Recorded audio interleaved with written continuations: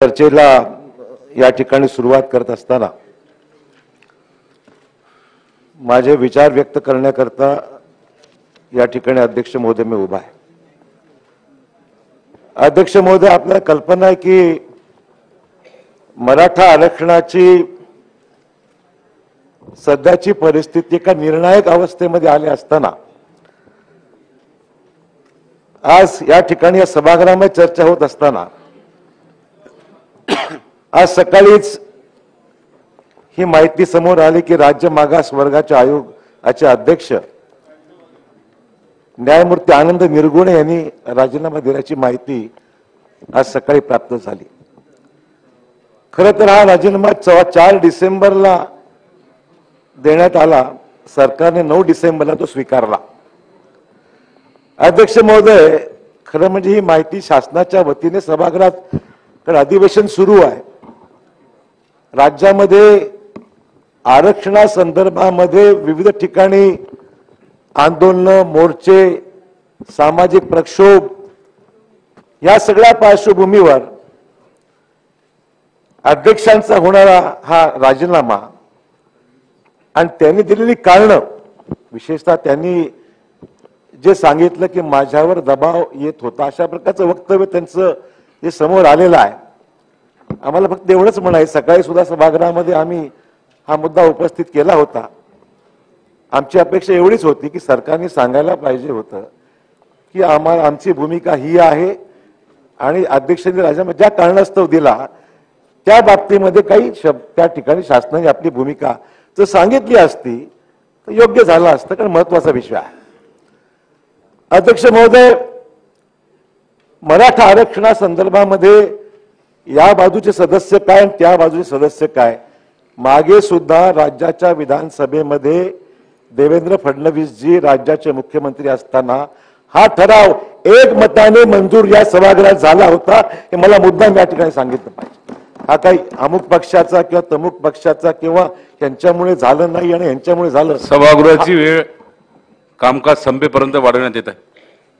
त्यामुळे मला वाटतं की याला कुठलाही राजकीय लवलेश न लावता किंवा हा विषय कोणामुळे झाला, आज सगळ्यांनाच अक्रॉस पार्टी लाईन्स दोन्हीकडच्या सदस्यांना जी राज्यामध्ये विविध आरक्षणाचे मुद्दे, आज मग ते ओबीसीचं आरक्षण आहे, मराठा समाजाचं आरक्षण आहे, धनगर समाजाचं आरक्षण आहे, मुस्लिम समाजाचं आरक्षण आहे, हे सगळी आरक्षण हा प्रश्न काहीतरी मार्गी लागला पाहिजे आणि राज्यामध्ये जे वातावरण गढूळ झालेलं आहे ते कुठेतरी एकदा समाप्त झालं पाहिजे, सगळ्यांना न्याय मिळाला पाहिजे, हीच भूमिका या सभागृहामध्ये सर्व अक्रॉस पार्टी लाईन्स सगळ्यांची आज आहे। अध्यक्ष महोदय, महाराष्ट्र राज्याने देशाला दिशा दाखवण्याचं काम केलं आहे। सामाजिक समतेच्या बाबतीमध्ये संत महंतांनी जे आम्हाला छत्रपती शिवाजी महाराज, डॉक्टर बाबासाहेब आंबेडकर यांच्या माध्यमातून जे संविधान आम्हाला दिलं गेलं, देशाचं आराध्य दैवत म्हणून छत्रपती शिवाजी महाराज आम्ही मानतो, या सगळ्या महाराष्ट्राने या देशाला दिशा देण्याचं काम आजपर्यंत केलेलं आहे। अध्यक्ष महोदय, दुर्दैव आहे आज महाराष्ट्राची ही अवस्था, ही सगळी जी काही सामाजिक अवस्था गढूळ झालेली आहे, यातून विद्यमान सरकारच्या माध्यमातून काही मार्ग लागला पाहिजे, त्यात सोल्युशन काही निघालं पाहिजे, तातडीने हा विषय मार्गी लागला पाहिजे, ही भूमिका आम्हा सर्वांची आहे। विरोध, वेगळी भूमिका, मतभिन्नता अजिबात नाहीये। अध्यक्ष महोदय, देशात धर्माच्या नावावर मतभेदाचे प्रयत्न आहेच। आपण पाहत आहोत महाराष्ट्रात सुद्धा जाती जातीमध्ये तेढ निर्माण होण्याची आज परिस्थिती निर्माण झालेली आहे।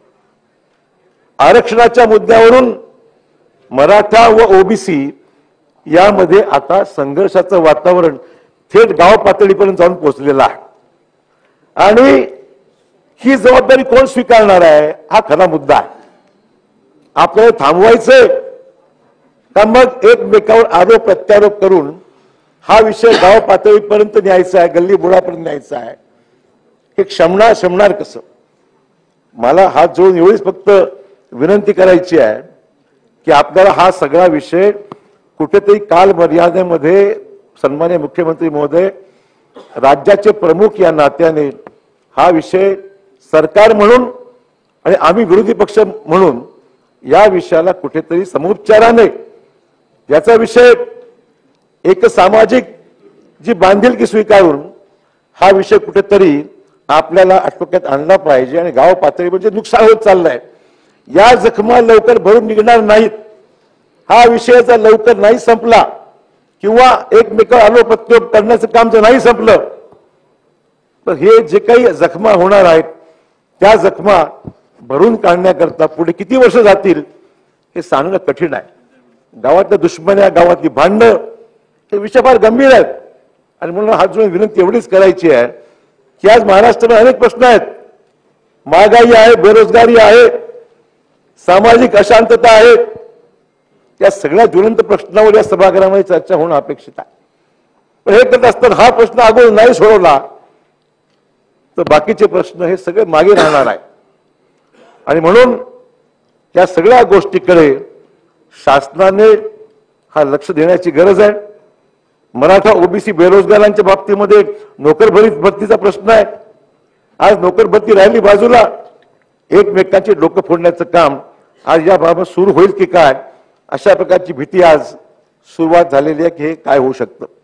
अध्यक्ष महोदय, हे जे सुरू आहे एक शंका मात्र जरूर निर्माण सर्वांच्या मनामध्ये पातळीवर आहे की हे सगळं आगामी निवडणुका लक्षात घेऊन काय कार्यक्रम चालू आहे का.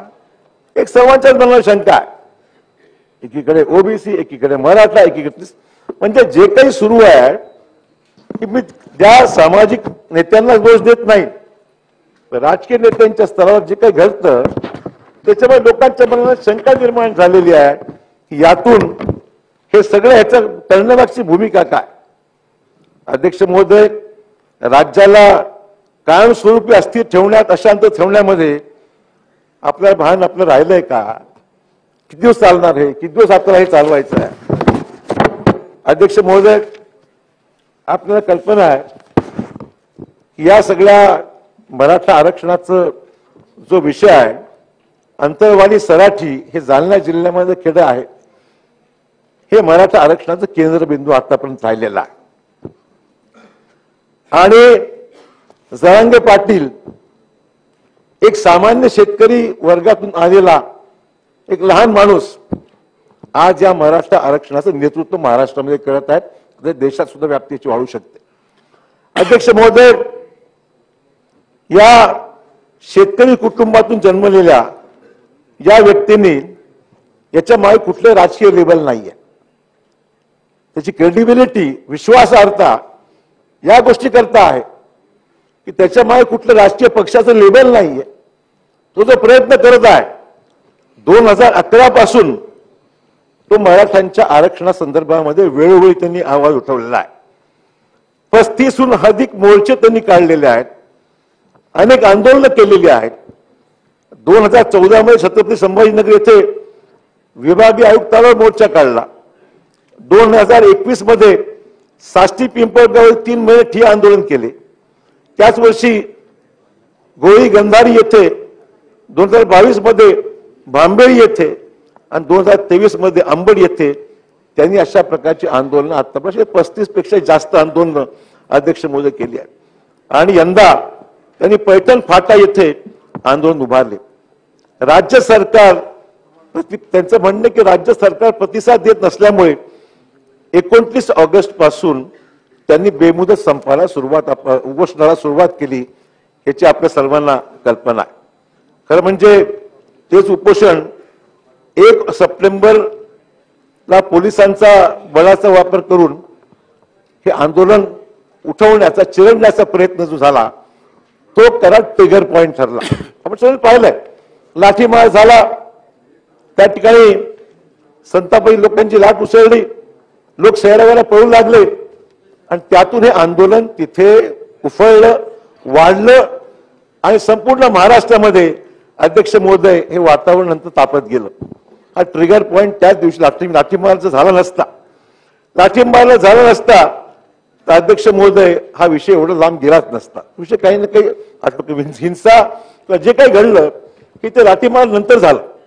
अध्यक्ष महोदय, 14 सप्टेंबरला सन्माननीय मुख्यमंत्री व राज्यातले अनेक मंत्री अंतर्वाली सराटीमध्ये दाखल झाले. मराठा आरक्षण देण्यासाठी राज्य सरकारने 1 महिन्याची मुदत ही त्यावेळेस वेळ मागितली होती. त्यांनी सांगितलं आम्ही तुम्हाला 10 दिवस जास्त देतो, पण दुर्दैवाने त्यावेळेस काही कारणास्तव घडू शकलं नाही. त्या कालावधीमध्ये सरकार निर्णयाला अनेक अडचणीमुळे येऊ शकलं नाही. 24 ऑक्टोबर पर्यंत आता त्यांनी तो निर्णय सांगितला. 24 ऑक्टोबर पर्यंत आपण हा जर निर्णय नाही घेतला तर 24 डिसेंबर पर्यंत निर्णय जर घेतला नाही तर मी माझं पुन्हा आंदोलन सुरू करील, अशा प्रकारचं त्यांनी हे सगळं सांगितलं. मला वाटतंय की हे लाठीमार जो कदाचित झाला तो शासन आपल्या दारी हा कार्यक्रम जालना जिल्ह्यामध्ये होणार होता आणि त्या कार्यक्रमाला काही गालबोट लागता कामा नाही किंवा तिथे मग काही गोंधळ होता कामा नाही, या अनुषंगाने पोलिसांनी दक्षता घेतली, सांगितलं असेल आणि मग त्याची काळजी न घेता लाठीमार झाला. तिथे रबर बुलेट्स वापरल्या गेल्या, बऱ्याच ज्या काही गोष्टी झाल्या असतील. त्याचं प्रमुख कारण ही त्या दिवशीची घटना होती आणि मग त्याची चौकशी झाली, अमुक तमुक अजून चालूच आहे हा विषय. अध्यक्ष महोदय, आमचं म्हणणं एवढंच आहे की हे सगळे विषय ही त्याची पार्श्वभूमी म्हणून या ठिकाणी अध्यक्ष महोदय मी या गोष्टीचा उल्लेख केलेला आहे. अध्यक्ष महोदय, राज्य सरकारच्या माध्यमातून मराठा समाजाला सातत्याने आरक्षणासंदर्भात आपण आश्वासन देत आहोत. ते नेमके कसे करणार? आमचा प्रश्न सन्माननीय मुख्यमंत्र्यांना सरकारला एवढाच आहे, ठीक आहे आपण करताय, तक्रार कोणाची नाही, केलं पाहिजे हीच आमची भूमिका आहे, पण आपण ते नेमकं कसं करणार आहात याची स्पष्टता अजूनही नाही. जरांगे पाटलांची म्हणणं आहे की मराठा समाजाला 50% आतील आरक्षण देण्याची गरज आहे, ही त्यांची मागणी आहे. सरकार म्हणते की ओबीसीच्या आरक्षणाला धक्का न लावता आम्ही स्वतंत्र आरक्षण देणार. अध्यक्ष महोदय, या दोन्ही वेगळ्या बाबी जरी असल्या पण त्यात खऱ्या मोठी अडचण जी आहे की 50% आरक्षणाची मर्यादा हे शिथिल करण्यासंदर्भामध्ये काही ठोस पावलं राज्य शासनाकडून उचलल्या गेल्याची अद्यापही कुठे माहिती तर आम्हाला तरी नाहीये. हा सगळा जो विषय आहे, माझी स्पष्ट भूमिका मी पहिल्यापासून बोलतोय की जोपर्यंत सुप्रीम कोर्टाच्या निर्णयासंदर्भामध्ये काही वेगळा मार्ग आपण काढत नाही तोपर्यंत 50%च्या मर्यादेच्या मध्ये वर जाऊन तुम्ही नेमकं कसं करणार हा खरा प्रश्न आज आपल्यासोबत आहे. आणि म्हणून या बाबतीमध्ये आपण नेमके काय करत आहात आणि जोपर्यंत स्पष्ट होत नाही तोपर्यंत एक परसेप्शन आहे, एक बाहेर भावना आहे की सरकार फक्त वेळ काढूपणा करत आहे, सरकार फक्त आम्हाला फसवतंय की काय, अशा प्रकारची भावना ही सर्वसामान्य मराठ्यांच्या मनामध्ये आहे की आपण अजून नेमकं तुमची पुढची स्टेप काय, तुमचं वे फॉरवर्ड काय, पुढे काय करणार आहात हे जोपर्यंत तुम्ही सांगत नाही हे तुम्ही तोपर्यंत लोकांना विश्वास बसत नाही की तुमच्या तारखा तुम्ही जे दिल्यात त्याच्यामध्ये काही पूर्ण होईल की नाही. अध्यक्ष महोदय, 1992च्या इंदिरा साहनी प्रकरणाचा केस लॉ जो आहे तो सातत्याने या सभागृहात आणि बाहेर सुद्धा सुप्रीम कोर्टाने तो कोट केला आणि त्याच्या निवाड्यामध्ये 50% आरक्षणाची मर्यादेचा स्पष्ट उल्लेख आहे. म्हणजे त्याची जजमेंटची एक इंग्रजी वर्षन त्याची कॉपी जी माझ्याकडे आहे त्यात उल्लेख असा आहे, while 50% shall be the rule, it is necessary not to pull out of consideration certain extraordinary situations inherent in the great diversity of this country and the people. It might happen that in far-flung and remote areas, the population inhabiting those areas might, on account of their being out of the mainstream of national life and in view of conditions peculiar to and characteristic to them, need to be treated in a different way. Some relaxation in this strict rule may become imperative. In doing so, extreme caution is to be exercised and a special case made out. सांगायचा उद्देश एवढाच आहे की 50%च्या वर सुद्धा special and extraordinary केसच्या बाबतीमध्ये आपल्याला जाता येईल अशा प्रकारचा सुप्रीम कोर्टच्या जजमेंटमध्ये उल्लेख आहे. आणि केस कशी बनवायची, कशा पद्धतीने हे 50%च्या वर जायचं हा खरा या कळीचा मुद्दा आहे. अध्यक्ष महोदय, ही नियम जरी असला तर दुर्गम आणि दूरप्रस्थ भागात वास्तव्य करणारे हे लोक मुख्य राष्ट्रीय प्रवाहातून बाहेर असतात आणि त्याची वैशिष्ट्य आणि वैशिष्ट्यपूर्ण परिस्थिती लक्षात घेता त्यांच्या बाबतीमध्ये अपवादात्मक पद्धतीने विचार करण्याची आवश्यकता असल्यास या कठोर नियमात काही शिथिलता येऊ शकते हे सुप्रीम कोर्ट म्हणताय. आमचं म्हणणं एवढंच आहे. आता हे जरी म्हटलंय हे एवढं सोपं आणि सरळ नाहीये. एक्स्ट्रॉर्डिनरी सर्कमस्टन्सेस म्हणजे मला तुम्हाला मुद्दाम एक छोटंसं उदाहरण द्यायचं आहे. कदाचित ते या केसमध्ये मुद्दाम सिमिलॅरिटी राहील. अंदमान बेटाजवळ नॉर्थ सेंटिनल नावाचे भारताचे एक छोटे बेट आहे. या बेटावर हजारो वर्षापासून आदिम काळातील एक जमात राहते आणि ते लोक सेंटिनलीज म्हणून ओळखले जातात. बाहेरच्या जगाशी त्यांचा कुठलाही संबंध नाही. आधुनिकतेचा त्यांना स्पर्श नाही. ते कपडे सुद्धा घालत नाहीत.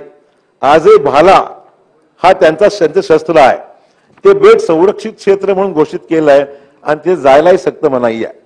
म्हणजे नॉर्थ सेंटिनल बेटला संदर्भ यासाठी दिला मी की म्हणजे एक्स्ट्रॉर्डिनरी सर्कमस्टन्सेस आणि काहीतरी प्रवाहापासून मुख्य प्रवाह वेगळे आहेत.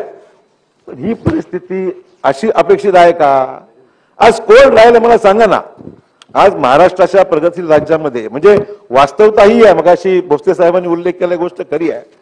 सगळ्यांच्या मनात मराठी फार प्रोग्रेसिव्ह आहेत, संपन्न आहेत, पैसे खूप आहेत, राज्यकर्ते आहेत, कमी वास्तव नाही आहे. आणि हे आपल्या वकील मांडलं ना.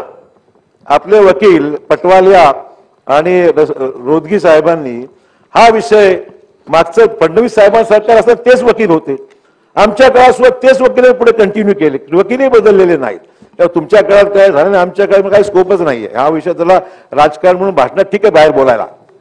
वास्तव हे आहे की दोघांच्या काळात वकील तेच होते आणि शिंदे साहेब आमच्या बरोबर त्या समितीमध्ये हजर होते आणि सर्व कल्पना गोष्टीची काय काय आहे. तर मुद्दा असा आहे की वकील तेच होते. आर्ग्युमेंट सर्वांनी तेच केलेलं आहे की मराठा समाजाची सामाजिक परिस्थिती होते ना. हो. आणि सर्व पक्षीय बैठकीमध्ये ठरलं की वकील तेच कंटिन्यू करायचे. उलट एक मिनिट संपत मी कोणावर आक्षेप घेत नाही. मी काय म्हणतो जे वास्तव सांगतो. मला तुम्हाला एवढंच सांगायचं आहे अध्यक्ष महोदय. जरा एक मिनिट कृपया प्लीज मला एवढंच सांगायचं आहे. याच्यापेक्षा आम्ही अजून ऍडिशनल 2 वकील ज्या मराठा संघटनांचे प्रतिनिधित्व करत होते त्यांच्या वतीने अजून 2-4 वकील लावले आणि प्रामुख्याने त्याच्यात कपिल सिब्बल होते. त्याच्यामध्ये अभिषेक मनु सिंघवी होते. ही ऍडिशनल वकील लावून ही टीम चांगली एक्सपर्ट टीम ही त्या ठिकाणी गेली आणि इंदिरा साहनीच्या या सगळ्या प्रकरणामुळे अध्यक्ष महोदय हा विषय असा झालेला आहे की ती केवळ एक हाच विषय आहे की ज्याच्यामुळे सुप्रीम कोर्टाने आपलं ऐकलं नाही. हायकोर्टाचा वेगळा मुद्दा होता. सुप्रीम कोर्ट म्हणले की 50% वर आरक्षण देता येणार नाही. अध्यक्ष महोदय मला हेही सांगितलं पाहिजे की हा विषय फक्त महाराष्ट्रामध्ये मर्यादित आहे का? मराठ्यांचं आरक्षण हा महाराष्ट्रातला मराठ्यांचा विषय आहे. इतर राज्यामध्ये कुठे पाटीदार आहेत, कुठे गुजर आहेत, पंजाबमध्ये काही तसंच अवस्था आहे, जाटची तसा विषय. अनेक राज्यामध्ये आरक्षणाचा मुद्दा हा 50% त्यांनी सुद्धा याच्यामध्ये पार्टी होऊन त्यांचंही म्हणणं होतं की 50%ची अट ही काढून टाका. सर्वोच्च न्यायालयाने 50%ची मर्यादा ओलांडता येणार नाही सांगितलं. हा खटला सुरू असताना इंदिरा साहनी प्रकरणातील या मर्यादेचा पुनर्विचार करा अशी सुद्धा आम्ही मागणी सर्वोच्च न्यायालयात तत्कालीन सरकार महाविकास आघाडी सरकारने केलं. महाराष्ट्रात नव्हे तर 50% आरक्षण मर्यादा ओलांडलेल्या इतर अनेक राज्यांनी सुद्धा हीच भूमिका मांडली. महाराष्ट्रापुरती मर्यादा नसल्याने इतर राज्यांना सुद्धा सर्वोच्च न्यायालयामध्ये मिळायला सांगितलं, विनंती केली. अध्यक्ष महोदय या सगळ्या गोष्टीच्या म्हणजे केंद्र सरकार आपला सर्वोच्च न्यायालयाने ही विनंती फेटाळल्यानंतर संसदेमध्ये घटना दुरुस्ती करावी अशाही प्रकारची विनंती अध्यक्ष महोदय त्या ठिकाणी करण्यात आलेली आहे. आपल्याला कल्पना असेल की केंद्र सरकारने 10% ईडब्ल्यूएसचं आरक्षण दिलं म्हणजे एक्सिडिंग 50%. इकॉनॉमिकल वीकर सेक्शन यांना 10% ओव्हर अँड अबाव म्हणजे 50%चं आरक्षणाच्या वर 10% जाऊन ईडब्ल्यूएसचं आरक्षण दिलं. म्हणजे ही मर्यादा कॉन्स्टिट्युशनल अमेंडमेंट करून 10% वर वास्तव आहे आणि ती आजही टिकवलेली आहे. कुठे तेही चॅलेंज झाले पण आज त्यात काही घडलेलं नाही. ती आहे ती कन्फर्म आहे. अध्यक्ष महोदय हे सांगायचं तात्पर्य एवढंच आहे की आपल्याला गरज जी लागणार आहे ती केंद्र सरकारची मदत लागणार, आपण मान्य करा की न मान्य करा. आम्ही स्वतः त्यावेळी तत्कालीन मुख्यमंत्री उद्धवजी ठाकरे, आजचे विद्यमान उपमुख्यमंत्री अजित पवार, त्यावेळेस सुद्धा उपमुख्यमंत्री ते, आम्ही मोदी साहेबांना जाऊन दिल्लीमध्ये याची ब्रीफिंग पूर्ण दिली. स्वतः त्यांना ब्रीफ केलं, म्हटलं असा असा विषय आहे आणि 50% वर जाण्यासंदर्भामध्ये आपल्या इथून केंद्र सरकारने जी मदत केली तर हा प्रश्न मार्गी लागण्यासंदर्भात आपली मदत होईल, अशा प्रकारची आम्ही भूमिका घेतली. त्यामुळे त्यांना विनंती केली. अर्थात तिथून काही प्रतिसाद केंद्र सरकारला अजून अद्याप मिळाला नाही. आमची विनंती शिंदे साहेबांना हीच आहे की हा प्रयत्न आपण नक्की केला पाहिजे. केंद्र सरकार, राज्य सरकार, डबल इंजिन सरकार आता प्रयत्न करायला काय हरकत नाही. प्रयत्न केला तर मला खात्री आहे यातून काहीतरी मार्ग काढण्यात, कारण हा विषय मिटला पाहिजे ना कुठेतरी. कोणी तुम्ही केलं तर आमची काही तक्रार नाही याच्यामध्ये. अध्यक्ष महोदय, हा सगळा विषय केंद्र सरकारला सुद्धा आपल्या कल्पना आहे की आपल्या सभागृहात सुद्धा विधिमंडळामध्ये 5 जुलै 2021 आपण सभागृहामध्ये 50% आरक्षण शिथिल करण्याबाबत केंद्राला विनंती कर ठराव आपण ह्या सभागृहात आपण मुंबईला घेतला आणि विनंती केली. केंद्र आपण ठराव घेतला, एकमताने हा ठराव पारित झाला अध्यक्ष महोदय. त्यामुळे ही सगळी पार्श्वभूमी की काय करण्यात आलं अध्यक्ष महोदय सांगितलं पाहिजे.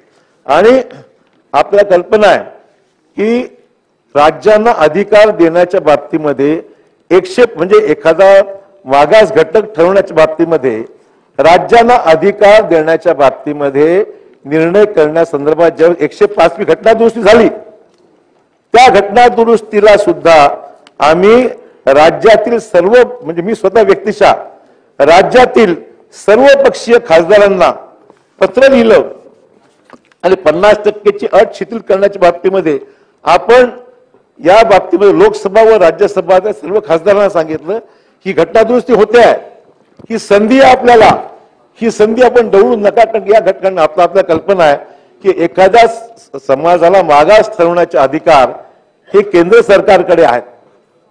आपल्याला मुद्दाम मला आठवण करून दिली पाहिजे, आपल्या सरकारने म्हणजे फडणवीस साहेब या सरकारचे प्रमुख असताना त्यांनी राज्यामध्ये त्यावेळेस हे आरक्षण देऊ केलं. मी नंतर मुद्दा उपस्थित केला की राज्याला हे निर्णय घ्यायचा अधिकारच नाही. ते मला म्हणाले की मी तुमच्यावर प्रिव्हिलेज मोशन आणेन. मी तर म्हणून आणा. मी त्यांना कायदा दाखवला. हे अधिकार राज्याला राहिलेले नाहीत, हे अधिकार केंद्राकडे आहेत. जो पण केंद्र तुम्हाला अधिकार परत देत नाही तोपर्यंत कुठल्याही समाजाचं मागासपण ठरवण्याचा अधिकार तुम्हाला नाही. नंतर केंद्र, आता मी उल्लेख जो केला, केंद्र शासनाने मग त्याच्यावर निर्णय घेतला, घटना दुरुस्त केली आणि घटना दुरुस्ती केल्यानंतर अधिकार राज्याला देण्याचा निर्णय झाला.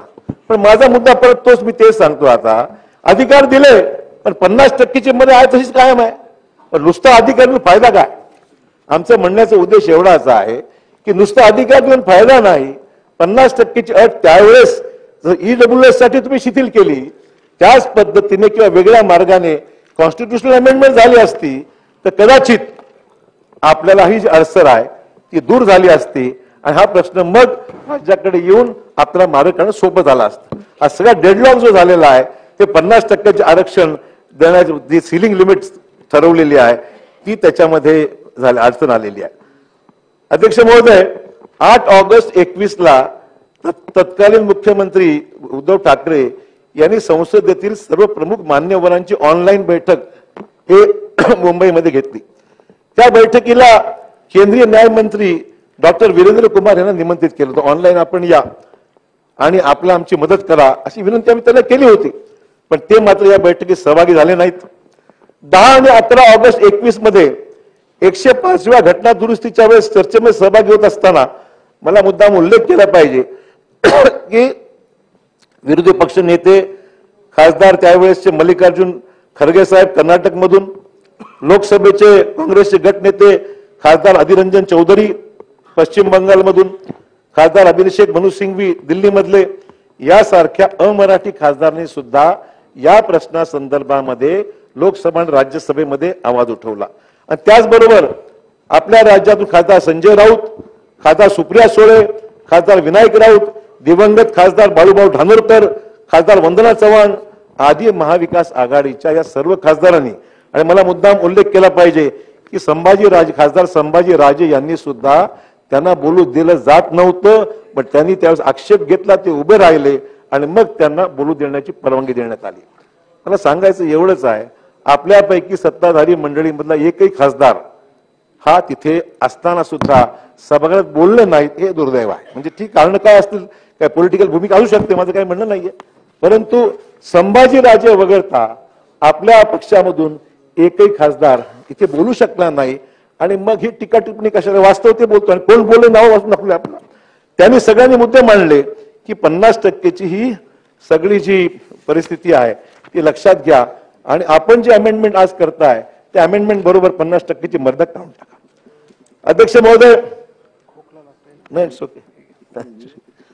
अध्यक्ष महोदय,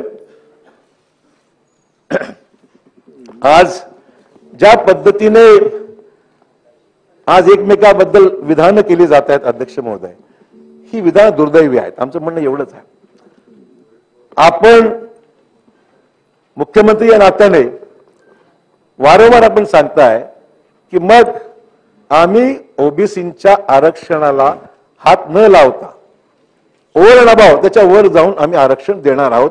हे विधान आपण अनेक वेळा केलेलं आहे. आमची पण तीच भूमिका आहे की ओबीसींच्या आरक्षणात धक्का न लावता, सगळं आता प्रश्न इतरांच्या आरक्षणाचा विषय आहे, इतरांच्या आरक्षणाला धक्का न लावता आपल्याला हे मराठा आरक्षण देता आलं पाहिजे, हेच आमचं म्हणणं आहे. असं असताना मग बाहेर ही जी शाब्दिक चकमक चालू आहे, आपण राज्याचे प्रमुख या नात्याने जर तरी चकमक होत असेल तर मला वाटतं की हे थांबवायचं कसं, हे आता आपण मुख्य राज्याचे मुख्य म्हणून याच्यामध्ये निर्णय घेतला पाहिजे. कारण वातावरण कारण नसताना त्याच्यामध्ये चिघळत चाललंय आणि आमची भूमिका ही याची, हे वाद वाढून नाहीत, हे वाद संपले पाहिजे सामंजस्याने. सामंजस्याने हा प्रश्न किंवा राज्याचे प्रमुख म्हणून बोलत असताना मग इतरांनी असं कशाला भूमिका घ्यायची. आम्ही तेच म्हणतो, आमचं म्हणत फरक काय. मग आमचं म्हणणं एवढंच आहे की हे सगळं मुख्यमंत्र्यावर आपला विश्वास आहे ना, मग असताना मग आपण बाहेर भूमिका सामंजस्याने दोन्ही बाजूकडून घ्यायला पाहिजे. आमचं म्हणणं एवढंच आहे. अध्यक्ष महोदय, या ठिकाणी आज एखादी लोक चळवळ उभी राहते, अशा प्रकारची लोक चळवळ आता आपल्याला पाहायला मिळू लागले की लोक चळवळ या ठिकाणी निर्माण झालेली आहे. अध्यक्ष महोदय, समाज एवढा आक्रमक झालेला आहे की याच्या बाबतीमध्ये कुठेतरी राज्य सरकारने आणि सर्वांनीच म्हणून आत्मचिंतन केलं पाहिजे की हे विषय हा नुसता असा मोकळा सोडून चालणार नाही. आता कोणालाच चालणार नाही, कोणाच्याच मतदारसंघात कुठल्याच राजकीय पक्षाला हा विषय असा मोकळा करण्याची अर्जन्सी निर्माण झाली आहे. इतकं चाललंय पण आता हे विषय हा सगळा आपल्याला फार व्यवस्थितपणे आपल्याला हाताळला पाहिजे, तरच आपण हे सगळं शांत करू शकू. अध्यक्ष महोदय, परवाच आपल्या सभागृहामध्ये 20 नंबरचा प्रश्न, ह्या मराठा आंदोलनामध्ये जे गोळीबार झाला किंवा जे काही तिथे लाठीमार झाला त्या संदर्भामध्ये त्याचा प्रश्न 20 नंबर लावचा हा चर्चेला आला नाही. परंतु त्या उत्तरात दिलेली माहिती ही धादांत खोटी असल्याची माहिती ही अंबडमधल्या तिथल्या भागातील नागरिकांनी केलेली आहे की खोटं आहे उत्तरात. आणि पोलिसांकडून बंदुकीतून झाडले गेले छले सुद्धा लोकांच्या शरीरामध्ये आजही कायम आहेत. लोक सांगतात की बाबा असं झालं नाही, जे उत्तर आहे ते सगळं शासकीय उत्तर आहे. आणि रबरी बुलेट यांनी मीडियासमोर दाखवलंय, रबरी बुलेट्स आम्हाला कशा लागलेल्या आहेत आणि या संवेदनशील विषयावर राज्य सरकार अशा प्रकारची कशा पद्धतीने वागतंय असं त्यांनी नाराजी व्यक्त केलेला आहे. अध्यक्ष महोदय, विषय एवढाच आहे. अध्यक्ष महोदय, विषय एवढाच आहे की आता की आरक्षण आपण कशापर्यंत देणार आहात. अध्यक्ष महोदय, आरक्षणाच्या बाबतीमध्ये आपल्याला एवढी तीव्रता निर्माण झाली असताना आपण हे कसं करणार आहात याच्यामध्ये अध्यक्ष महोदय स्पष्टता आणली पाहिजे, अशीच माझी या ठिकाणी आपल्याला विनंती करायची आहे. अध्यक्ष महोदय, काही ठिकाणी वक्तव्य झाली, या जरांगे पाटील कोण. अध्यक्ष महोदय, मला एवढं सांगायचं आहे, राज्य सरकारच्या माध्यमातून गेल्या 1.5 वर्षापासून या विषयाच्या बाबतीमध्ये कुठे स्पेसिफिक पावलं उचलल्या गेली नाहीत, हे दर्शनी तर नाहीत, समजत नाहीत. आणि म्हणून लोक ज्याच्या मागे आज एकजुटीने उभे टाकलेले आहे तो हा जरांगे पाटील, हे मला मुद्दाम सांगितलं पाहिजे. मला हे सांगायचं आहे, हा कुठल्या राजकीय पक्षाचा प्रतिनिधी नाही आहे, परंतु आज हे आंदोलन जे होत आहे समाजाचे बांधव स्वतःच्या खर्चाने त्याला जीव घालतात, कार्यक्रम घडवतात, स्टेजची व्यवस्था करतायत, ठिकठिकाणी स्वागत करतायत, फुलांचा वर्षाव करतात. तो हा जरांगे पाटील आहे, मला मुद्दाम सांगितलं पाहिजे. कारण की लोकांना त्याच्या विश्वासार्हतेवर आज फार मोठं लोकांना भरोसा आहे की नाही, प्रामाणिकपणे तो आंदोलन करतो. लोकांमध्ये आज हा तशा पद्धतीने असा एक निश्चय लोकांच्या मनामध्ये झालेला आहे की याच्या बाबतीमध्ये आज दुसरं तजो स्वीकारू शकत नाही. आणि म्हणून लोकांनी त्याला एका देवाप्रमाणे आज उभं केलेलं आहे. आणि म्हणून ठीक आहे, त्याचे भावना आहेत त्या भावना आहेत, आपण बघतोच आहे. हे काय माणसं गाडीला घोड्याने देऊन माणसं जमा केलीत, कोणाला पुढे आणलंय असं अध्यक्ष मोदी काही विषय नाहीये. त्यामुळे समाजामध्ये विश्वासार्हता, कदाचित तुमची आमची विश्वासार्हता कमी असेल, तर त्याची विश्वासार्हता या प्रश्नावर 100% जास्त आहे. हे मला मुद्दा मी सभागृहात सांगितलं पाहिजे. कारण की निष्पक्षपणे उपोषण करून तो 10-10, 12-12 दिवस, 15-15 दिवस आणि आपण त्याची दखल देत आहात, हे मला मुद्दाम या ठिकाणी आवर्जून सांगितलं पाहिजे. अध्यक्ष महोदय, आपण 24 डिसेंबरची वेळ दिली. आपण हे नेमकं कसं करणार आहात? म्हणजे 24 डिसेंबरपर्यंत शिंदे समितीचा अहवाल अपेक्षित आहे का? न्यायमूर्ती शिंदे साहेबांचा आपण ज्या अर्थी सांगताय त्या अर्थी अहवाल आपल्याला अपेक्षित आहे 24 डिसेंबरच्या आत. तो पूर्ण राज्यातील मराठा समाजाला आपण कशा पद्धतीने शिंदे समितीचा अहवाल, त्याचबरोबर सर्वोच्च न्यायालयामध्ये क्युरेटिव्ह पिटिशन विचाराधीन आहे. त्यासाठी आमच्या सदिच्छाच आहे की झालं तर फार चांगलं होईल. या सभागृहाच्या दोन्ही भागातून या सर्व विषयाला निश्चितच आपल्या राज्य सरकारला आम्ही सर्व मदत करणार आहोत. आम्ही पाठीशी आहोत. आपल्या निर्णयामध्ये आम्ही काही वेगळी भूमिका घेणार नाही, त्यामध्ये विरोध असल्याचं कारणच नाही. आपल्या सह्याद्रीमधल्या मीटिंगमध्ये, सर्वपक्षीय बैठकीमध्ये आम्ही सर्वांनी मिळून मान्य केलंय, एकमत आहे, आरक्षण देण्याच्या बाबतीमध्ये एकमत आहे. आणि त्यामुळे हे क्युरेटिव्ह पिटिशन जे विचाराधीन आहे त्या बाबतीमध्ये सुद्धा नेमका निकाल त्यातून हे साध्य होणार आहे का? सरकारने या चर्चेला उत्तर देताना याच्यामध्ये स्पष्टता आणली पाहिजे अशी आमची मागणी आहे. कारण सर्व महाराष्ट्र पाहतोय, आज ही चर्चा होते आहे, सर्व महाराष्ट्र पाहतोय की या सगळ्या 293 जो आपला ठराव आहे त्या प्रस्तावावर आपलं स्पेसिफिक उत्तर याच्यामध्ये काय आपल्या समोर येणार आहे. आणि अनेक समाजामध्ये चर्चा सुरू आहे की सरकारला खरंच हे आरक्षण द्यायचं आहे का? लोकांना काय वाटतंय की निवडणुकीच्या तोंडावर ही भांडणं अशीच चालू ठेवायची आणि या भांडणातून मग सगळं पोलराईज करून टाकायचं आणि निवडणुका मारून न्यायच्या, असं काही कार्यक्रम चालू आहे का शासकीय पातळीवर? अशी एक लोकांवर शंका आहे की ज्या अर्थी तारखेवर तारीख पे तारीख चालू आहे, स्पेसिफिक काही निष्पन्न होत नाहीये आणि मग निवडणुका आल्याच आहेत, तो पण कार्यक्रम चालू ठेवायचा आणि त्या पद्धतीने मग या सगळ्या गोष्टीचा आपल्याला कशा पद्धतीने उपयोग करून घेता येईल असाही विषय येऊ शकतो. अध्यक्ष महोदय, मग मराठ्यांनी ओबीसीने एकमेकांना भांडत राहायचं, धनगर समाज आदिवासी समाजाने भांडत राहायचं, नागरिकांनी आपल्याला ही कल्पना असेलच की मराठा समाजातील काही नागरिकांनी ओबीसी आरक्षणाला आव्हान देण्याची याचिका मुंबई उच्च न्यायालयात दाखल केली आहे. आता त्याचं मला माहित नाही का, ही माहिती भुजबळ साहेबांना कल्पना असेल कदाचित, हे सुद्धा सुरू आहे. आता म्हणजे मराठा समाजाच्या काही लोकांनी उच्च न्यायालयामध्ये ओबीसी आरक्षणाला आव्हान देण्याचं काम तिथे सुरू आहे. म्हणजे आता कुठे कुठे चाललंय बघा हा सगळा विषय. हे एवढं क्लिष्ट होणार आहे, या विषयाला थोडंसं आपल्याला लक्ष देण्याची गरज आहे. आणि त्यामुळे नव्याने आरक्षण म्हणजे पूर्वीपासून लाभार्थी असले आणि नव्याने आरक्षण मागणाऱ्या समाजाची झुंज लावून आरक्षण रद्दच करायचं का सगळं, असं काय सुरू आहे का? एक लोकांमध्ये आहे ना संभ्रम आहे. आपण म्हणणं एवढंच आहे, म्हणजे पूर्वीपासून त्यांचं आरक्षण आहे तो विषय आणि नव्याने आरक्षण मागणारा समाज, त्या दोघांमध्ये वाद अधिक झुंज निर्माण करायची आणि नंतर सर्वच आरक्षण रद्द करायचं, असाही कार्यक्रम काय सुरू आहे का? असं एक शंकेचा वाव लोकांना मनामध्ये ही शंका होत आहे. आणि म्हणून मला वाटतं की हे सगळे जे शंकेचे मुद्दे आहेत हे सगळे आपल्याला याच्यावर थोडी शंका निरासरण आपल्याला करावं लागणार आहे, स्पष्टता आणावी लागणार आहे, तरच महाराष्ट्र शांत होईल की आम्ही असं करणार आहोत.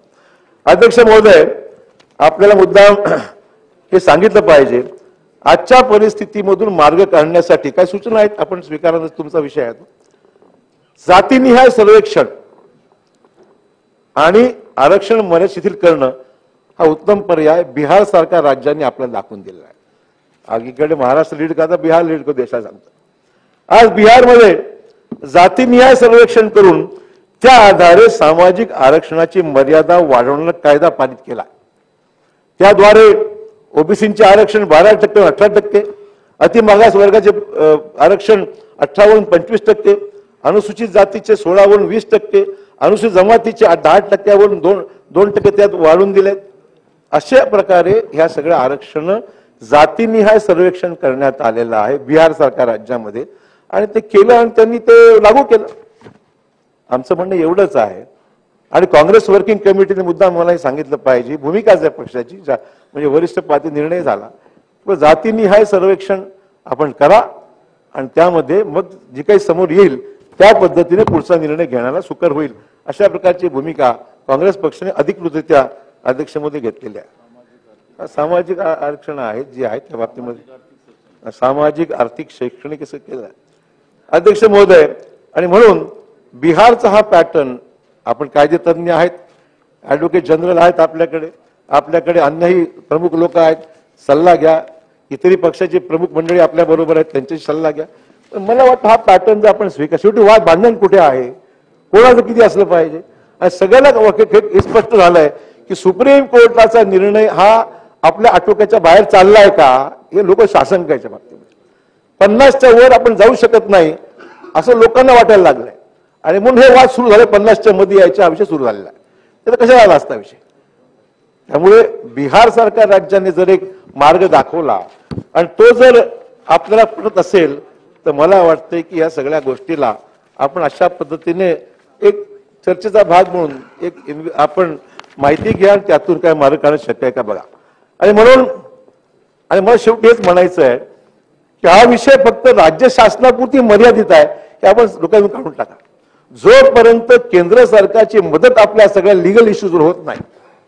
मध्यंतरी प्रयत्न केला, त्यांचा प्रतिसाद मिळाला नाही. कदाचित आपल्याला प्रतिसाद मिळाला तर हरकत नाही ना, मार्ग निघणं महत्वाचं आहे.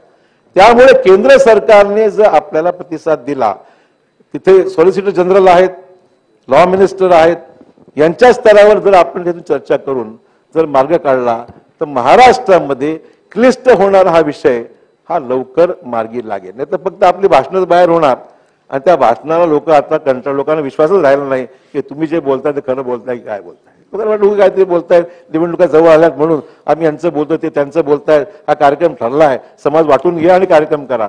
लोकांच्या मनामध्ये भावना आहे, लोकांचा विश्वास आज राज्यकर्ते असो ते लोकांवर राहिलाच नाही. लोकांना वाटतं एवढं गप्पा मारतात. लोकांना ही विश्वासार्हता आपण गमावणं, राज्य पक्ष कुठले असो, शेवटी लोकांनी निवडून दिली लोकशाही आहे, लोकांनी निवडून दिलेले लोक आहेत. आमचं म्हणणं एवढंच आहे, ही विश्वासार्हता आपली कायम ठेवायची असेल, जर जरांगे पाटलासारखा एक साधा माणूस आज ज्यांनी विश्वासार्हता कमवली केवळ आंदोलनाच्या माध्यमातून लाखो लोक जर त्यांच्या मागे जात असतील तर आपल्याला लोकप्रतिनिधी म्हणून लोकांनी निवडून दिलेला आहे. मला वाटतं आपली विश्वासार्हता कायम ठेवण्याच्या बाबतीमध्ये सकारात्मक पाऊल आपण उचलावं. आम्ही विरोधी पक्ष म्हणून तुमच्या बरोबर या आरक्षणाच्या मुद्द्यावर तुमची साथ आम्ही देऊ, हे मला मुद्दाम या ठिकाणी नमूद करायचं आहे आणि यातून मार्ग आपण काढू असे विषय.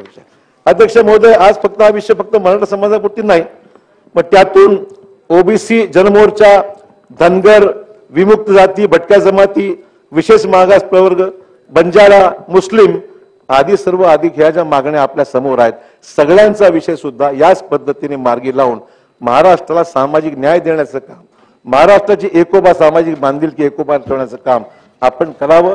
राजकीय मतभेद विसरून त्याच्या पलीकडे जाऊन हा प्रश्न आपण मार्गी लावा अशी विनंती करून आपली रजा घेतो. जय हिंद, जय महाराष्ट्र.